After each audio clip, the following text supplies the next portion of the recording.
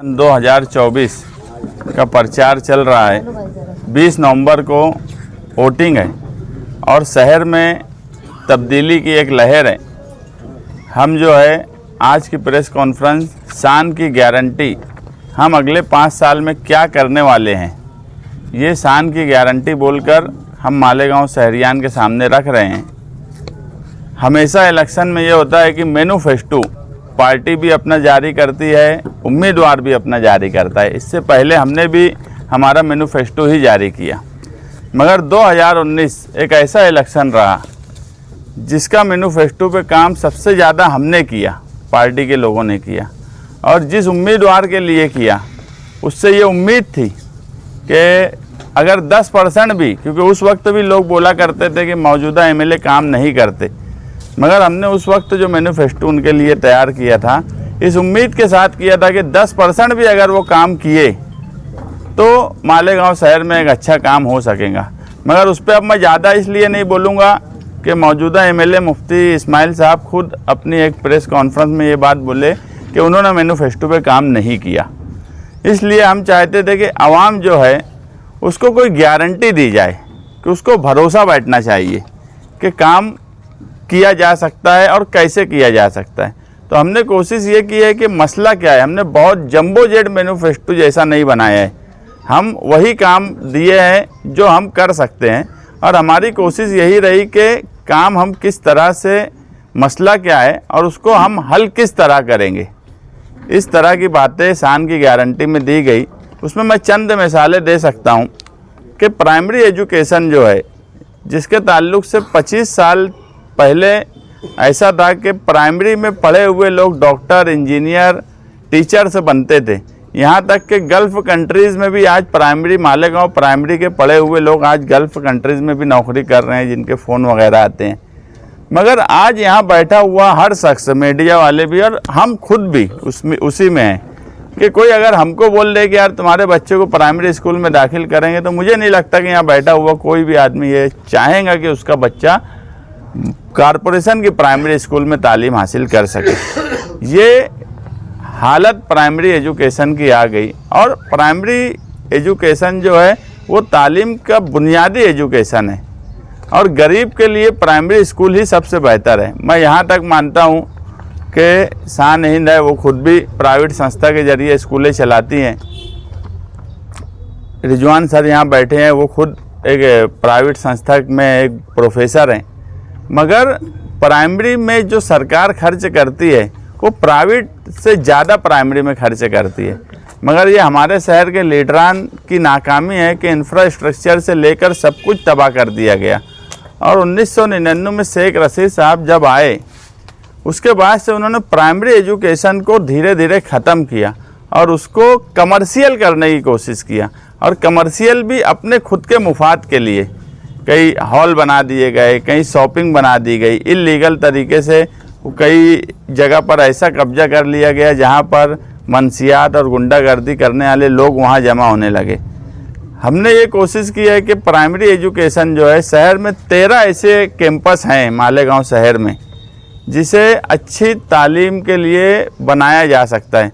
कुछ 60 प्राइमरी स्कूलें अलग अलग हिस्से में चलती है, तो हम कोशिश ये करेंगे कि वो 13 कैंपस में वो सारे स्कूलों को लेकर आ जाएं और वहाँ पर एक अच्छा इंफ्रास्ट्रक्चर खड़ा करें, जैसे रईस शेख साहब ने भिवंडी में किया, और एक अच्छी तालीम बुनियादी वहाँ पर लोगों को दी जा सके। तो एक ऐसा हमारे पास एक अमली तौर पर करने के लिए काम है, उसके लिए हमारे पास टीम है। तो ये एक तालीम की बात हो गई। दूसरा, मालेगांव शहर में आज इलेक्शन के कैंपेनिंग में कोई ट्रैफिक की बात नहीं बोल रहा है, जबकि हम ऐसा मानते हैं कि आज बहुत बड़ा मसला मालेगांव शहर में चलने के लिए ट्रैफिक का है और लोग उसमें परेशान हैं। और ये मसला इसलिए खड़ा हुआ कि शहर में जितने भी इन 25 सालों में कोई नया रास्ता नहीं बनाया गया, जबकि होना ये चाहिए था कि एक नया रास्ता बने, मगर कोई भी नया रास्ता नहीं बनाया गया। हमने एक रास्ता जो था 14 नंबर स्कूल के पास, हम कोई पावर में नहीं है, मगर एक रास्ता आप देख सकते हो, अभी भी एक शानदार रास्ता लाइट वगैरह के साथ वहाँ पर काम आखिरी मरहले में है। ऐसे ही जो समाजवादी ऑफिस आगरा रोड के सामने डगड़ू ऑयल मिल है, वहाँ का मेरा 90% पेपर वर्क मुकम्मल हो गया है। वो रास्ता अगर खुलेगा तो वो जाएगा कब्रस्तान के पीछे का जो गेट है वहाँ पर निकलेगा, और जब वो रास्ता निकलेगा तो मिर्ज़ा गालिब रोड का जो ट्रैफिक है वो अपने आप कंट्रोल हो जाएगा। आज मिर्ज़ा गालिब रोड को हम कोई चौड़ा नहीं कर सकते, उसको कुछ नया नहीं बना सकते, वो अब रोड वैसे ही रहेगा। हर शहर में वैसे ही होता, पुरानी जो शहर हो जाता है तो नए रास्ते तलाश करना पड़ते हैं। तो ऐसे कई 10 रास्ते हैं, ये उपकार सिनेमा के पास का रास्ता है, ऐसे बहुत से रास्ते हमारे पास हैं जो हमने लिस्ट में लिया है, जिसके ऊपर हम लोग काम करेंगे कि ऐसे रास्ते खोले जाएं। मेडिकल हेल्थ के ताल्लुक से मालेगांव शहर में एक जनरल हॉस्पिटल तो बना, मगर उसे आज भी सिविल हॉस्पिटल का दर्जा नहीं है। वो नासिक सिविल हॉस्पिटल के मातहत चलता है, और ये बोला जाता है कि मालेगांव ज़िला नहीं है। अगर वो सिविल हॉस्पिटल बन जाता तो एक सरकारी MBBS कॉलेज बन सकती थी, मगर ज़िला नहीं है। अब उसके बाद भी अमरनाथ कारपोरेशन जो है वहाँ की जब हमने मालूमात ली है तो वहाँ पर वो भी ज़िला नहीं है। वहाँ आबादी 2,53,000 है, हमारी करीब करीब आबादी 10 लाख के करीब अगर सर्वे हुआ होता तो 10 लाख के करीब आबादी होती। तो वहाँ पर सिविल हॉस्पिटल है और MBBS कॉलेज भी है। तो हम कोशिश ये करेंगे कि ये जो सिविल हॉस्पिटल है इसको 500 बेड का हॉस्पिटल किसी तरीके से करके एक सरकारी MBBS कॉलेज बनाया जाए। जिस तरीके से अमरनाथ में अगर हो सकता है जो ज़िला नहीं है, तो फिर मालेगांव में इतनी बड़ी आबादी होने के बाद वो मुमकिन है। हम वहाँ पे किस तरह से उन लोगों ने किया है उनसे बातचीत करके वो कोशिश करेंगे। इसी तरह कई बुनियादी मामले में हम गारंटी के साथ आवाम के सामने जा रहे हैं कि सनत का सवाल है, बिजली का जो सबसे बड़ा अहम सवाल है कि मुसलसल बिजली कंपनी जब से आई है वो मुसलसल लोगों को तकलीफ़ दे रही है। उनके लोग आते हैं, कनेक्शन काट देते हैं, और MD सूटअप, इस तरह की कई मसाइल में लोग घिरे हुए हैं। हम खुद ये बात इससे पहले भी जलसे में बोले हैं कि अगर हम चुनकर आए तो कलकत्ता कंपनी को कैसे कलकत्ता भेजना, उसके लिए हम कानूनी तौर पे जो कर सकते हैं, मगर हम हर बात कानूनी ही नहीं करेंगे। अगर उसके लिए हमको सियासी ताकत का इस्तेमाल करना पड़ा और ख़ास तौर से दबदबे का इस्तेमाल करना पड़ा तो मैं हर बात बोल के नहीं बता सकता, लेकिन आवाम ये बात जानती है कि निहाली लोग जो है उनके पास कई रास्ते होते हैं। हम उन रास्तों का इस्तेमाल करके, हो सकता है कि वो रास्ता हमारे लिए कोई गलत हो करने के लिए, मगर जिस तरह का आज़ाब बुनकरों पे और पावर के कंज्यूमरों पे कलकत्ता कंपनी का है, तो हम उसको भी इस्तेमाल करेंगे। और इंशाअल्लाह उनको 5 साल अगर हमको चुन के दे दिए तो 5 साल के अंदर हम उनको इस शहर से भेज देंगे। बाकी सब बातें होते रहेंगी, 20 साल का एग्रीमेंट है, ये है वो है, हमको कैसे निपटना है वो हम गारंटी देते हैं कि हम ये काम करेंगे। इसी तरह मज़दूरों के ताल्लुक से कोई बात नहीं बोली जाती।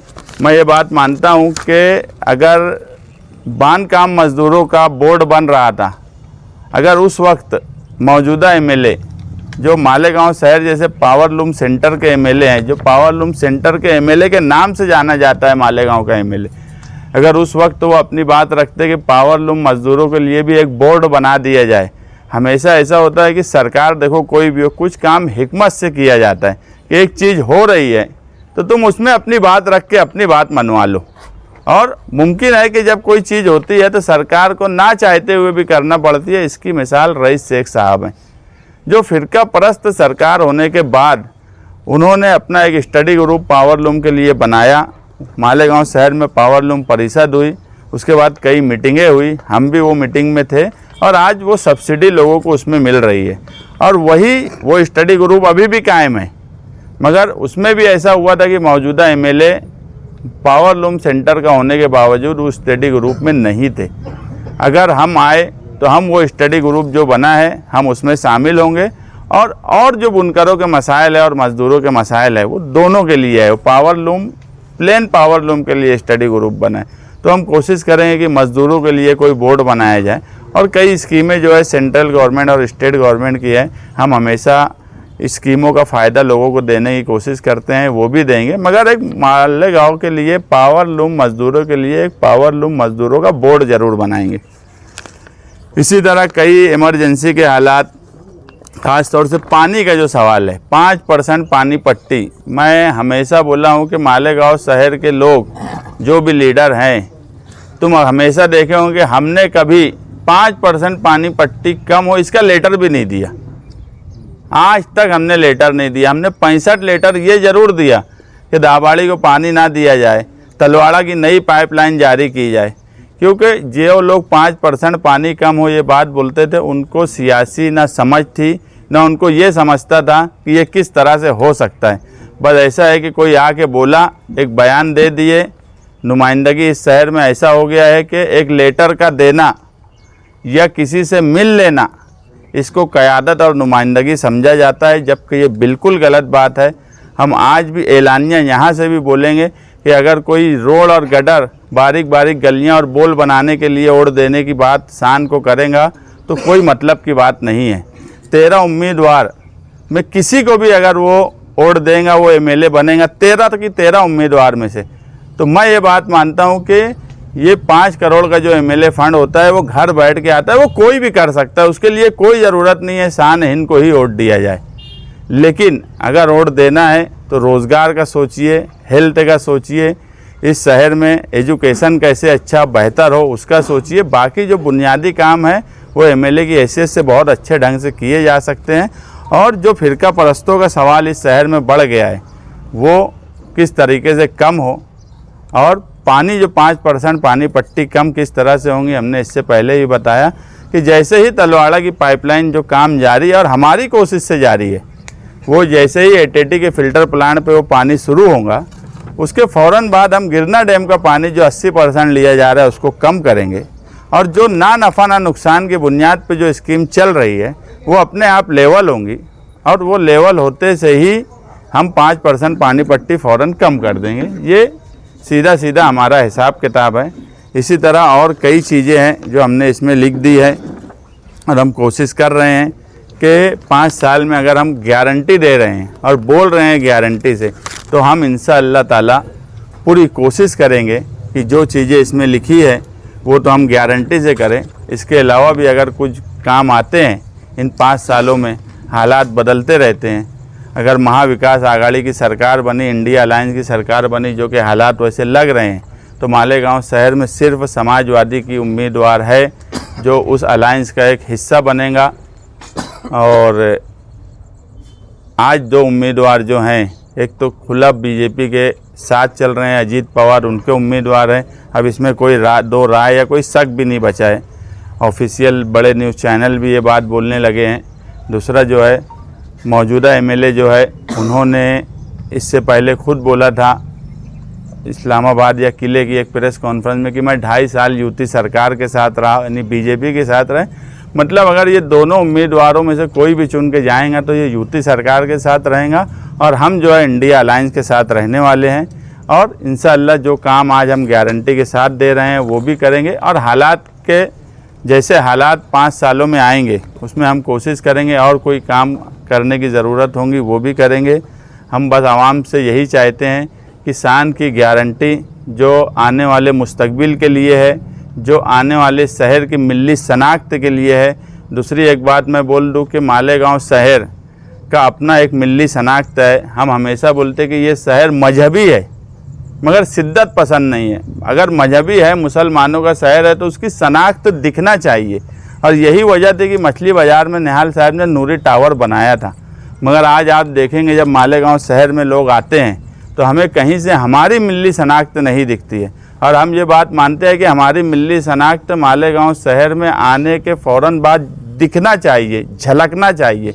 हम कोशिश करेंगे वो इंफ्रास्ट्रक्चर के ज़रिए हो या किसी और ज़रिए हो, हमारे शहर की मुसलमानों की मिली शनाख्त अगर मालेगांव में कोई आए तो उसको लगे कि ये शहर मुसलमानों का है, इसकी कोशिश करेंगे।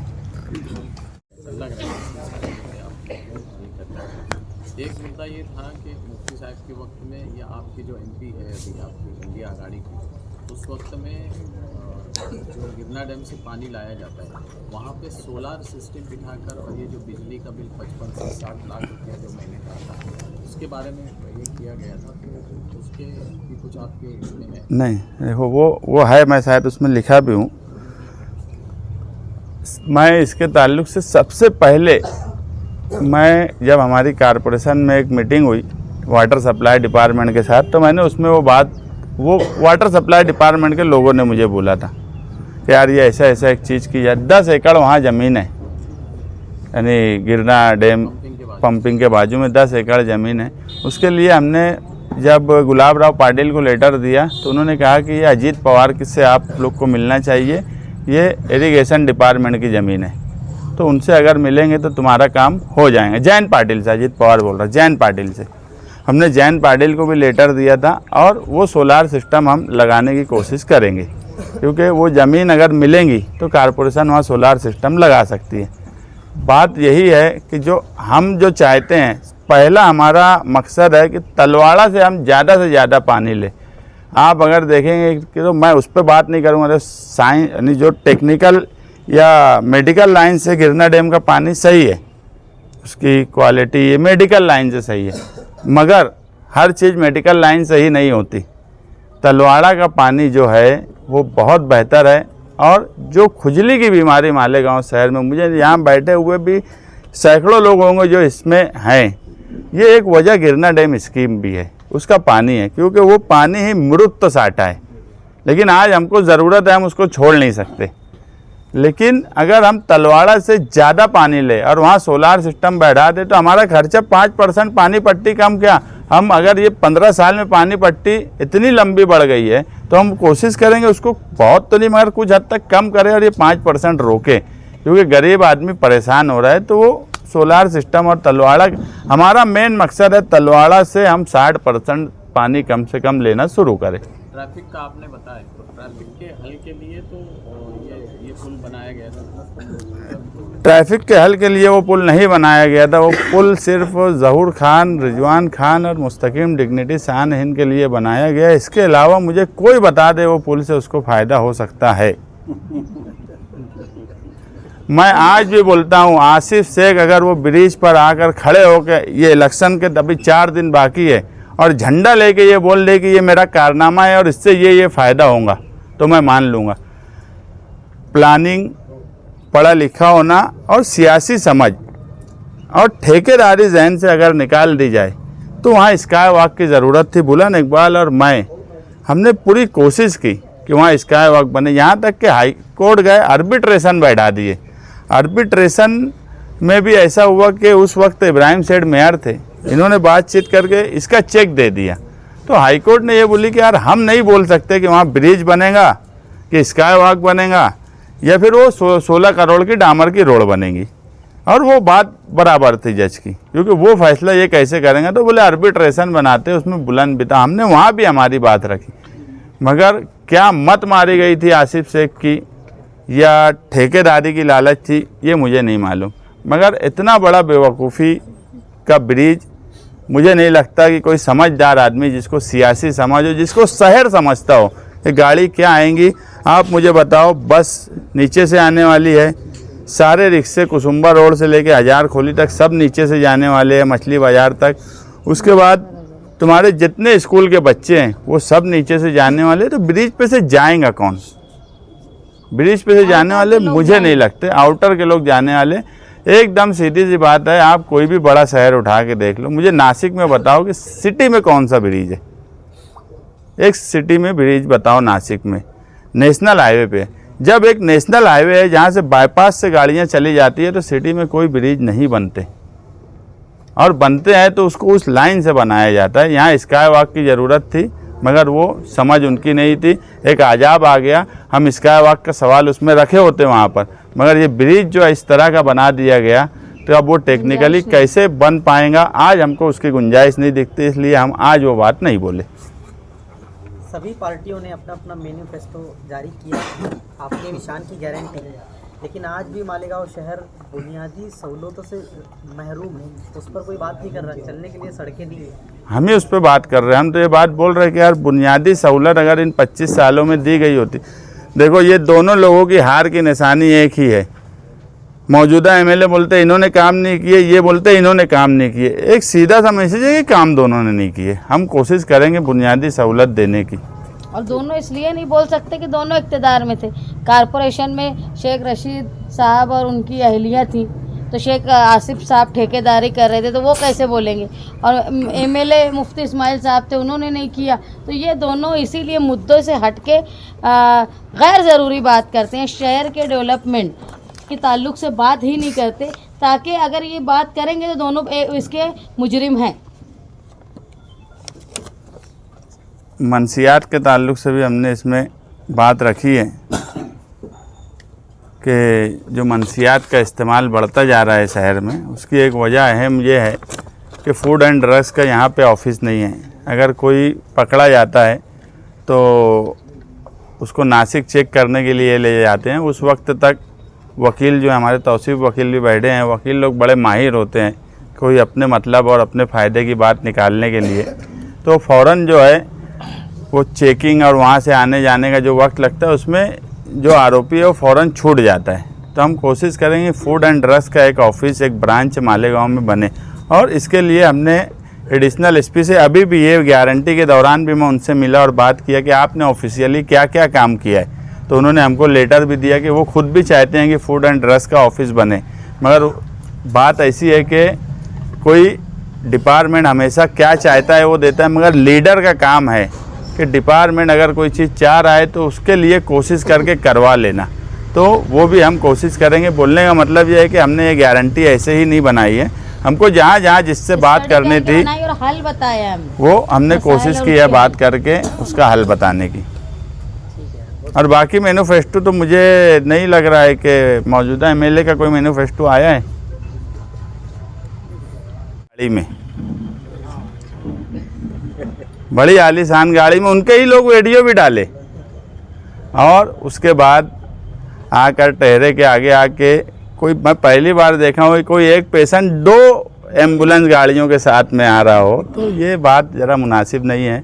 सेहत जो है वो अल्लाह की बहुत बड़ी रहमत और नेमत, इसमें अगर इससे हम एतराज़ करते हैं या ऐसी हरकत करते हैं ये नाशुक्री होती है, मैं ये मानती हूँ। इसलिए अल्लाह की रहमत और नेमत से नाशुक्री नहीं करना चाहिए इंसान। जो जैसी पोजीशन में है, जैसा है वैसा दिखाना चाहिए। दिखावा कर रहे थे क्या आपके बोलने का मतलब? नहीं, उनके तरफ से एक वीडियो आया जिसमें वो बहुत हशाश बशाश लगे मोबाइल पर बात कर रहे थे। हम लोग भी देखे, हमको भी बहुत खुशी हुई कि शहर के मौजूदा एमएलए बहुत सेहतयाब हो गए। लेकिन बहुत दुख हुआ जब वो मालेगांव शहर आए तो उनकी हालत देख के बहुत अजीब लगा कि वो बिल्कुल एम्बुलेंस में थे। हम लोग उनको सेहतयाब देखना चाहते हैं, इस हालत में देख के बहुत दुख हुआ। जानबूझ के बनाई, कहीं ऐसा नहीं होता कि एक पेशेंट 2 एम्बुलेंस में आए।